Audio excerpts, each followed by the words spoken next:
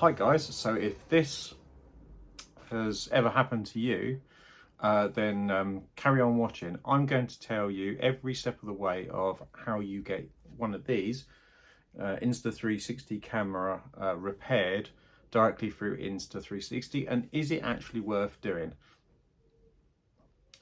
So, a little while ago, probably about 2 months ago, I was riding and I cracked the screen. It had a kind of a split on the lens and some scuffing around the side. But the main thing is that the lens, when you play back film, you could see the mark on the video because of the lens.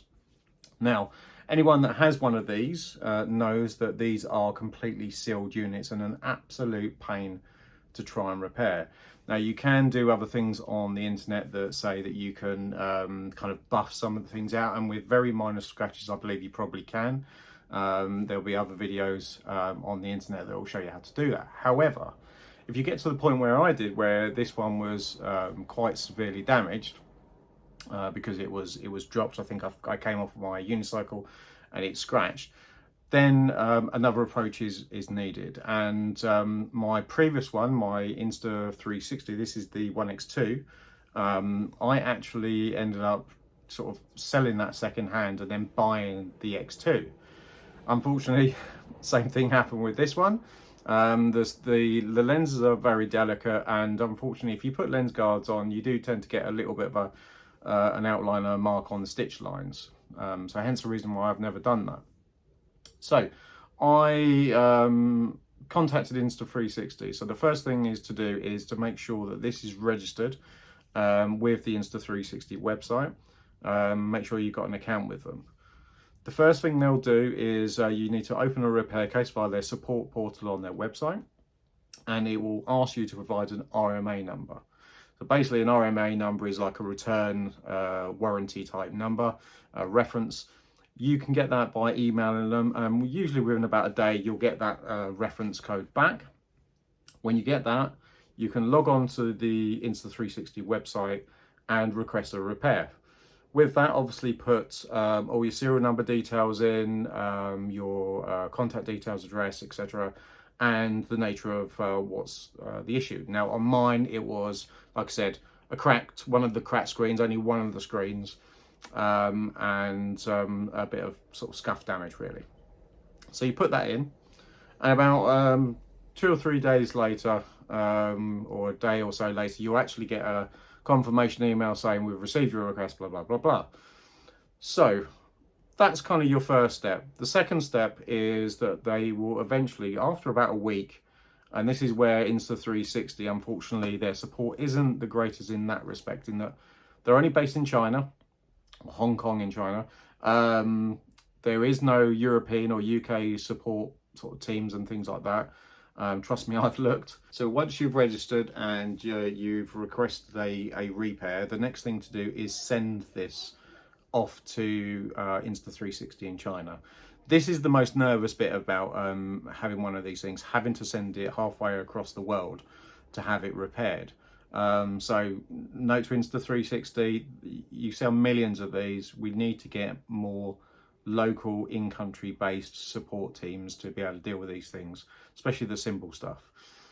So when you do that, you have to ship it out. Now I ship mine off Royal Mail worldwide delivery. Cost about £12, including insurance, which ain't too bad at all. Still, again, package this up. I put this in the original box and original packaging. You don't need to send the battery or SD card, literally just the unit itself. Package that up nice and tightly and send it off to the address they tell you to. Here's where the fun begins.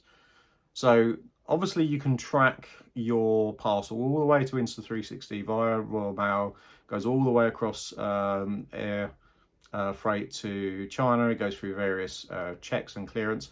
Note, if you're sending these things out, put on dash cam or something to that effect when you get asked what it is when you post it. Just allows for a lot of less hassle and stuff like that in postage. Make sure it's insured, just in case these things go missing. Again, it's a small package, so it could do, and that was my worst fear. because these aren't cheap. These are 400 odd pounds, so they're not cheap cameras. When it gets to them, expect a delay in terms of when they actually check it. Now, they will confirm that they've received it, so that's one thing. You probably have about a week or so before they actually look at it and tell you how much it's going to be. Now, for one lens and some scarf and shipping back, the total was $133. So it's not too bad. Works out about, I know, it worked out about 100 odd pound in total, and then another £12 for the postage. Cost wise, it ain't too bad, rather than spending another 400 odd pound on a camera. So bear that in mind. There will be a cost, especially for accidental damage. If it was damage due to a failure of the unit, then if it's under warranty, it should be covered under that. But mine was accidental damage. So I paid that via PayPal. They got that straight away.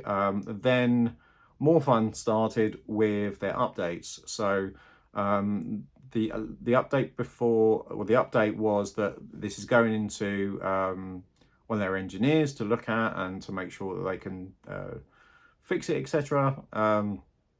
That said, 5 to 7 days. 5 to 7 days will actually look at it and come back to you and make sure that they're happy they can do it. 5 to 7 days later, or during that time, actually, during the 5 to 7 days, I kept on getting emails almost every other day saying, we've not heard anything from you. Would you like us to close the case? No, I want you to fix my camera that I've paid for. Again, a criticism of the support is that they clearly don't talk to the engineering team or whatever team they have dealing with these things.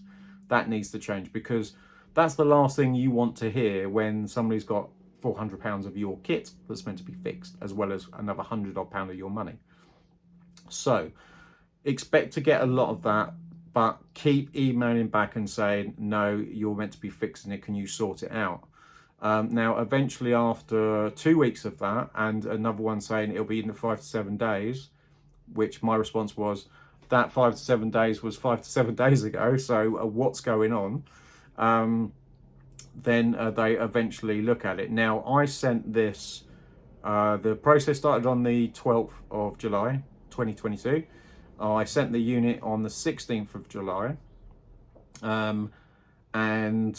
About, I would say about a week ago, so start of August, finally started to get to, we're really sorry, blah, blah, blah, blah. And I was like, when's it going to be fixed? Just give me a timeline of when I can expect it back.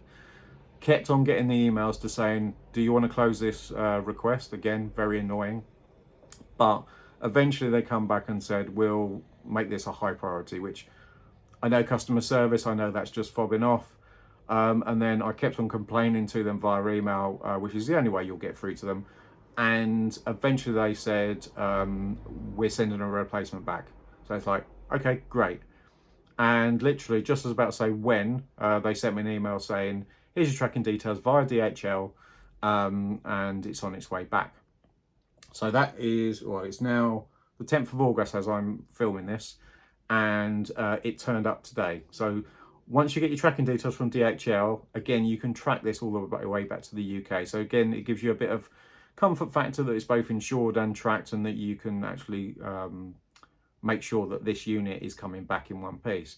And as you can see, all fixed, works perfectly, no problems at all. So would I recommend doing this to get your Insta360 fixed? Yes. Now, despite all the issues and all the backwards and forwards in terms of their really crappy customer service email system and a lot of automated stuff and things like that, it's still cheaper than replacing a £400+ camera. Obviously, you don't want to drop these things, but unfortunately, it's inevitable. It's an action camera, and these screens, they don't last. If they hit, they don't last. If you want to put light screens over those, you can, but like I said, it might affect the stitching when you play back the video. So overall, it cost me about 120 odd pounds in total in terms of money. It took about just over a month to be sent, fixed and delivered back, which okay, it's not the quickest, but it's could have been a lot worse. I was expecting a couple of months at least. So I think for actually fixing it and cost, it's not actually that bad. I think the painful bit is just their customer service side. It's not the best. And they clearly don't talk to each other internally to know what's going on and when before they send updates out. So just bear that in mind. You will get a lot of frustration in terms of that. But I think if you've got one of these and you do scratch and damage the lens, if you're happy to pay the £100 odd to have it fixed, it's definitely worth doing, and it's, you know, good as new pretty much. So I'll be taking this out and using it from now on. So yeah, just takeaways from this: customer service bad, fixing okay, cost isn't too bad, shipping wise worked really well. Obviously getting it there is your responsibility, getting it back is theirs. And the system through the website was pretty easy to complete and send back. So just bear in mind, if you've got one of these, it's worth exploring that if you want to. Like I said, it's a hell of a lot cheaper than replacing these things. But hopefully that was a useful little video. Let me know in comments below maybe some of challenges you've had with Insta360 and their repair service. I'll be interested to know. Till next time, thanks very much for watching, guys. See you soon. Bye.